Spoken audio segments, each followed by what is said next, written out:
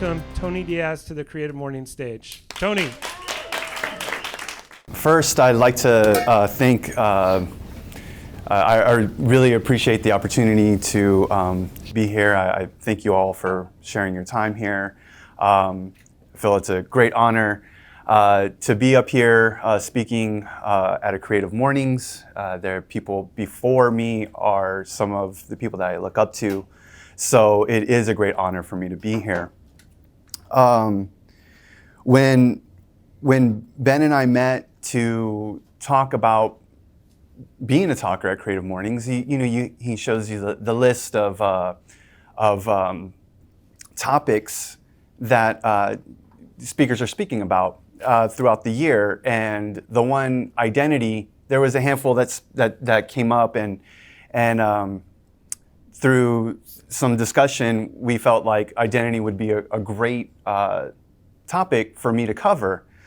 And I really didn't know how to approach this talk based on that topic. It's such a broad topic.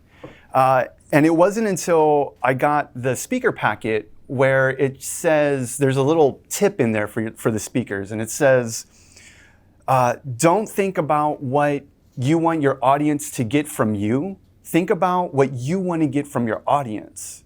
And that really stuck with me for some reason. It just started, I stuck with that and started to ask myself questions, thinking, well, who's in the audience? What would I want from those people? And then what if I could control who I had in the audience? Who would I want? And that's where I thought I would want the most important people in my life, which is my family, my wife and my 2 kids. And what would I want from them? Well, what I would want from my kids is for them to live their best life, to be happy, and to have resilience. Especially during a time of heightened state of uncertainty, resilience is what's going to help the future generation survive.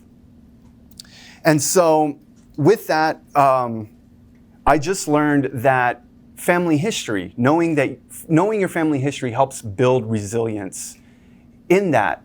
So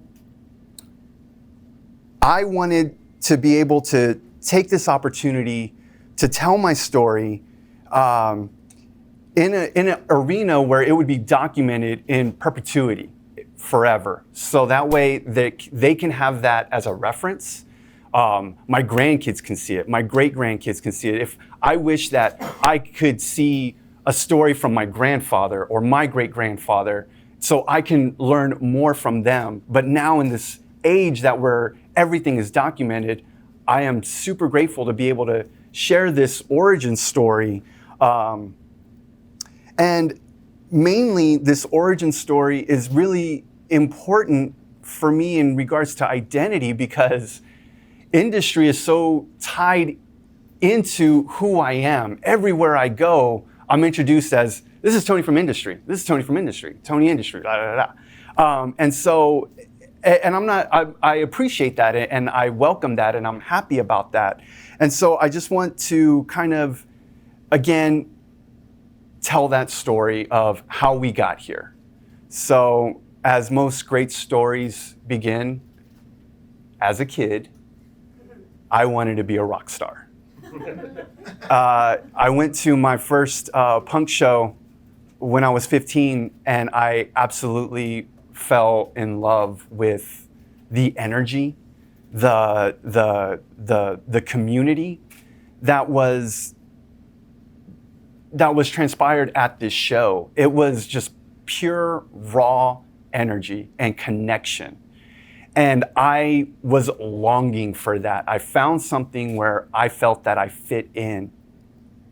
And so I wanted to be a source of that energy. I wanted to be in a band. So I started a band, played around when I was in high school. And when I graduated, I moved to Austin and tried to start a band here. But as being in a band, it's really hard because it's not just one individual's dream, one individual's goal. It's multiple people that are trying to reach this goal.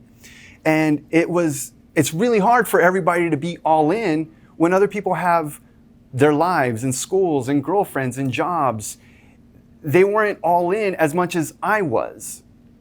And so I could quickly see that I wasn't probably not going to be able to live that dream. But I was still in love with the community and the scene, and I felt like I could contribute. What could I do to contribute to something that was bigger than myself? And so I started to dabble with design, and I started a clothing line, sort of a lifestyle brand for the punk kids. And what I would do is I'd print t-shirts. I would go to shows. I would go to emos or the back room, and I would set up at a merch table. I'd give shirts out to all the bands. They would wear them. After they played, I would sell the shirts. People were like making the connection. And so from there, I quickly became the resident merch guy for all the local bands, mainly because I was there behind the table anyway. And the bands, they didn't want to have to sell their own merch. They wanted to have a good time. They wanted to mingle with their audience. They wanted to tune their guitars or have a drink. They didn't necessarily want to have to be tied to the merch table. So that's where I came in. And I was extremely passionate about the music.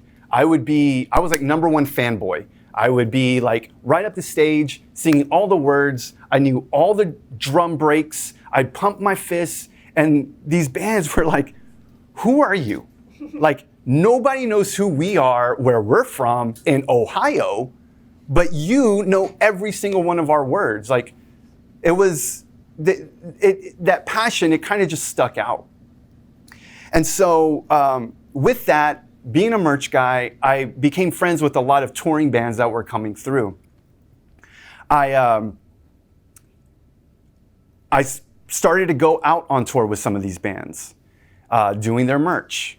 And I'd come back home, and I would just absolutely fell in love with that, with being on tour. I felt like I was in the band, just doing that. And then I got the big call. Some friends of mine, they had signed to a major label, and they wanted to bring me out to tour with them to be their merch guy. And I went out for a few years, and I got to work with some of my heroes, people that I've always looked up to.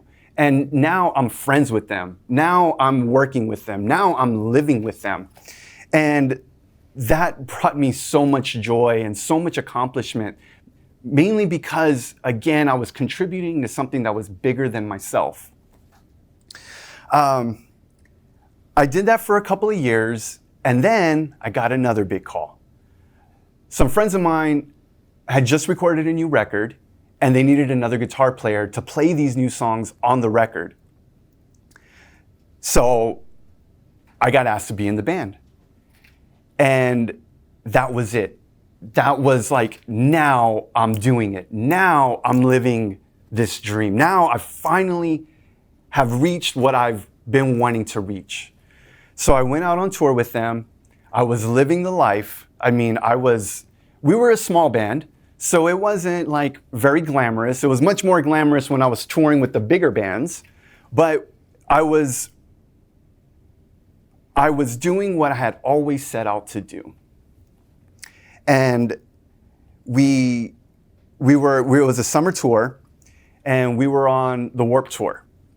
And we were on the northern United States leg, which went into Canada. And our drummer is Canadian. And the Canadians love their own, right? And Warped Tour knew this. And so they put us on the main stage in the early evening, like a headlining spot, essentially. All the other side stages had shut down, and it was like the main focus was here. So there's thousands of kids just waiting to see us. And it was the most amazing show that I had ever played. The energy was so real I had felt like I had been chasing that high when I was 15 of that energy. And for 10 years, I've been searching for that same taste of energy and fusion and all of that. And we get to our single, our video song, last song of the set. And we're playing, and there's just these sea of kids just going absolutely crazy. I had this point at this one time in the song where I don't even think that I was playing anymore. I felt like I had this out-of-body experience, this sense of euphoria. And all that I can really say about it was I had the realization that Mom was right. You set your mind to something, you work hard, and your dreams will come true. And so that feeling of accomplishment, of living the ultimate dream, that my childhood dream, when you grow up, what do you want to be? I want to be a rock star. And I did it. It was unreal. The next day, I was over it. I was done. I missed my wife. I missed being at home. And during all that time, I was committed to music, but I was flirting with design and screen printing, which also got me really hot. So I came back home. I refined my printing abilities, and I founded industry in 2007. 13 years later, we have a staff of over 24. We have millions of dollars in revenue, and industry is now a vehicle of allowing me to do things that I never thought I'd be able to do. I started an art career because of industry. Then I got into art shows showing next to Shepard Fairey and Andy Warhol, things that I never thought would ever be possible. And, you know, through blood, sweat, and mostly tears, which is one of our mottos, it's not always fun and games. This place has broken relationships, promises, and hearts, none of which I am proud of. But because I have a grasp of where I came from, knowing my family history, just recently, my bloodline has been tied to the great warrior king of Spain, El Cid, and this is in 1091. But additionally, more recently, I have a source from my grandfather who fought pure evil in World War II as a Navy sailor. And having known that I've come from a history of fighters gives me a sense of belonging. I don't feel alone. I know where I come from. And we've been able to persevere through all those blood, sweat, and mostly tears. In conclusion, I hope that this story inspires you to learn about your family history and to continue to pass it on. And again, resiliency in the face of uncertainty will yield a greater chance of survival. And that is what I want from this audience, is survival. Thank you.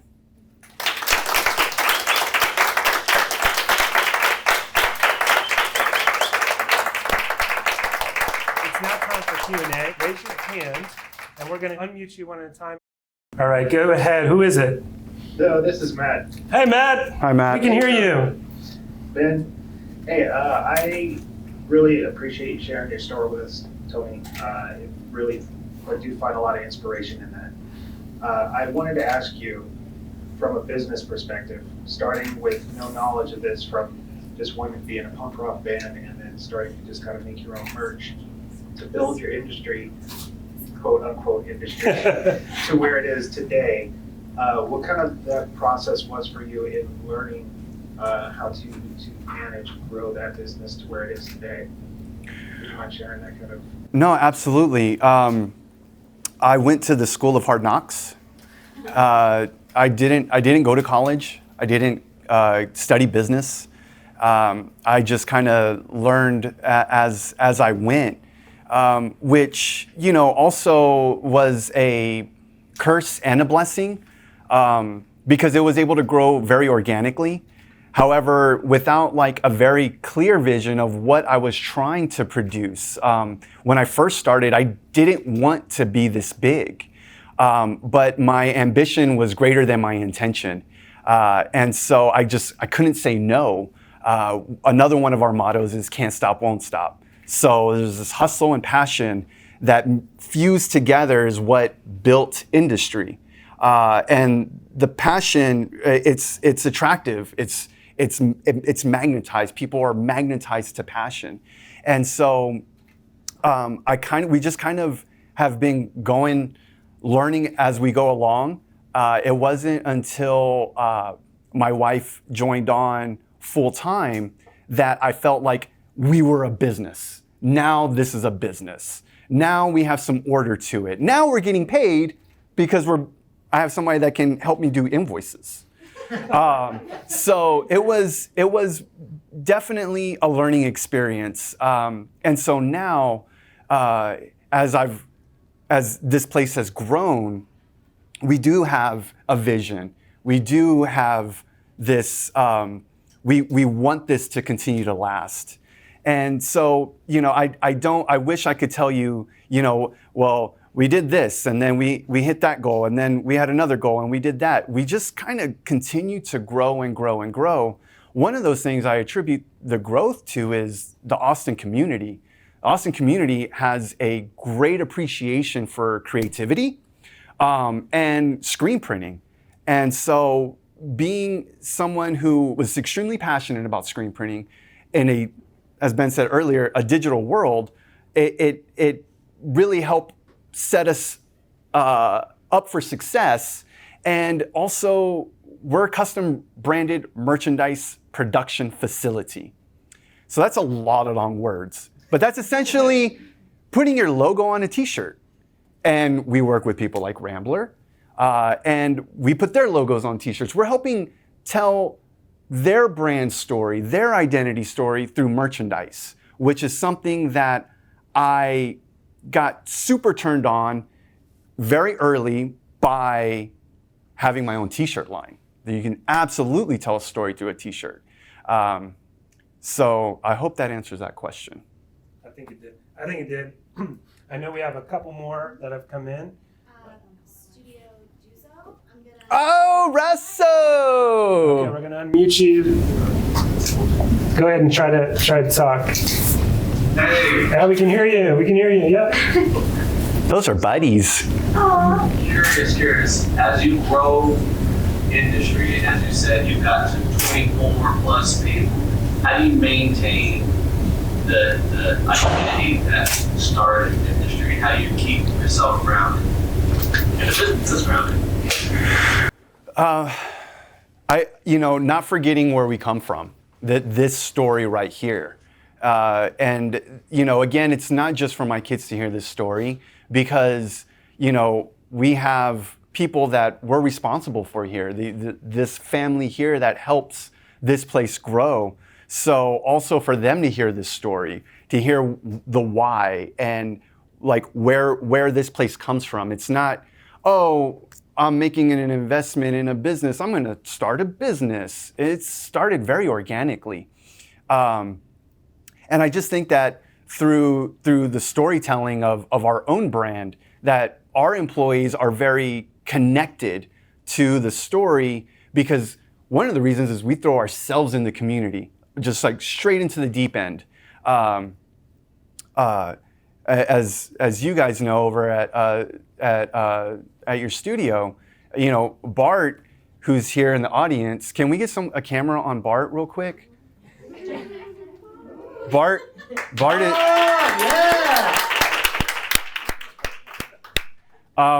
just as Jennifer was an integral role in helping grow industry, Bart also helped play that role. And he was the one that said, we need to go after creatives. We need to go talk to them. These are the people that need this service. And so because we went into the community and we dove right in, and that was somewhere, again, where I felt comfortable, just like I was in the punk scene, to be a part of a community that was just equally as creative and equally as hungry to make cool stuff. That sense of belonging brought people to us. So just knowing the story, knowing the origins of why we're doing what we're doing, helps maintain that culture of the company, that's the people that we have here. All right, thank you for that question. We have one more, and it's your family. We have one more.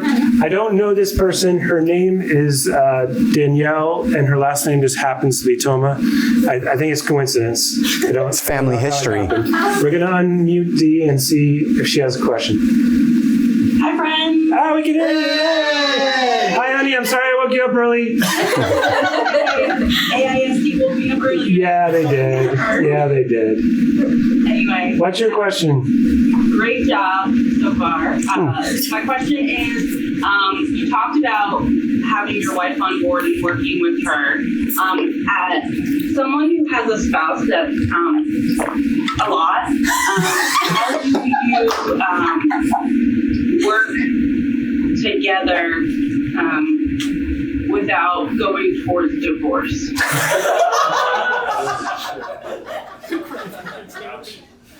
You can plead the fifth on this. Maybe your wife could answer the question. We could ask Jennifer to come up and answer with you. Would you like to do that? Would Jennifer like to do that? You can say no. No, she doesn't. So Tony's going to rep for both of them. We are, opposites attract. We're definitely. I'm the head in the clouds. She's the feet on the ground.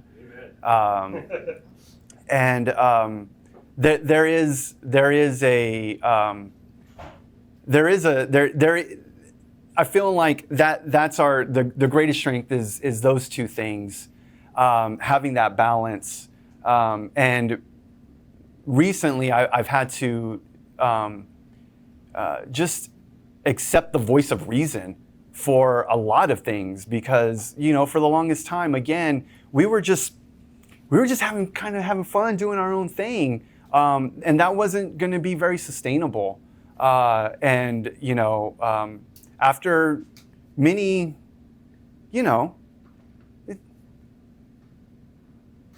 discussions of, how we need to move forward, here's